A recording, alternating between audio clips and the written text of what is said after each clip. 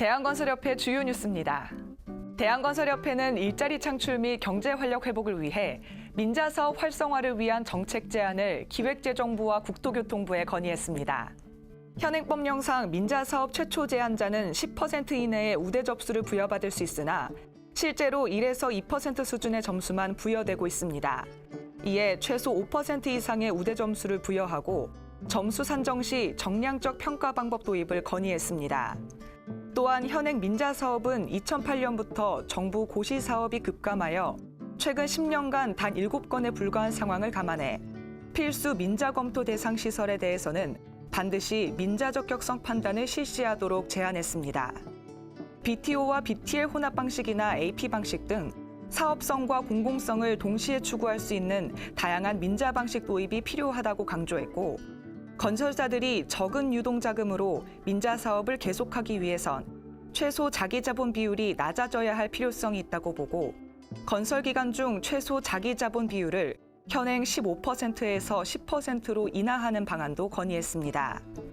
이 밖에도 노후 인프라에 대한 민자 사업 추진, 철도 도로 사업의 BTL 민간 제한 사업을 적극 추진하는 방안과 더불어 민자도로 통행료에 부과되는 부가가치세의 영세율을 적용하여 국민들의 부담을 완화해 줄 것을 제안하고 SPC 운영 기간 중 대기업 계열사 편입을 제외하는 방안을 건의했습니다.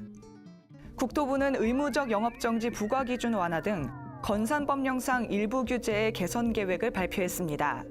구조상 중요하지 않은 부분에 대한 시공 상세도면 미작성 등 경미한 건산법 위반 행위의 경우 행정처분을 완화했고, 육아휴직으로 인한 일시적 기술능력 등록 기준 미달도 등록 기준 2인 이상인 업종까지 확대했습니다.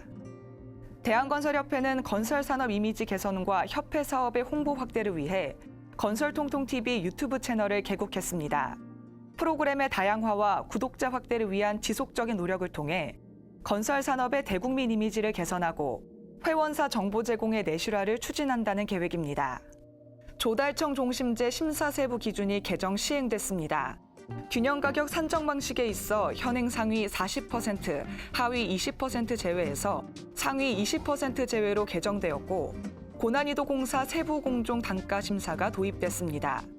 입찰 금액이 균형 가격을 초과하거나 이하일 경우 입찰금액 심사 시 동일 점수를 적용합니다. 대한건설협회는 소방공사 분리발주 조례에 대한 시정탄원서를 행정안전부에 제출했습니다.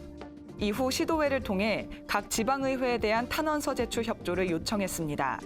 대한건설협회는 시도회의와 공조를 통해 소방공사 분리발주 의무화 저지를 위한 대응을 지속할 예정입니다. 대한건설협회는 건설 투자를 통한 지역경제 활성화를 위해 예타면제 대상사업 지역의무 공동도급 적용을 기획재정부에 건의했습니다. 약 24조 원 규모의 총 23개 사업이 해당되며 프로젝트가 위치한 지역업체와 40% 이상 공동으로 참여하도록 하는 것이 주요 내용입니다. 건설공사 원가 관련 제도 개선 방안 마련을 위한 간담회가 열렸습니다. 원가 부담 삭감 방지를 위한 사전 검증 방안 등을 논의했으며, 건설공사 원가의 정상화를 위한 제도 개선을 지속적으로 추진키로 했습니다. 건설기술교육원은 품질기술인 원격교육과정을 신규 개설하고 국토부가 이를 승인했습니다. 개설되는 교육과정은 품질기술인 기본 및 전문교육이며 교육은 인터넷 강의와 집체교육, 과제로 구성됩니다. 품질기술인 원격교육을 시행하고 있으며 자세한 내용은 건설기술교육원 홈페이지를 통해 확인할 수 있습니다.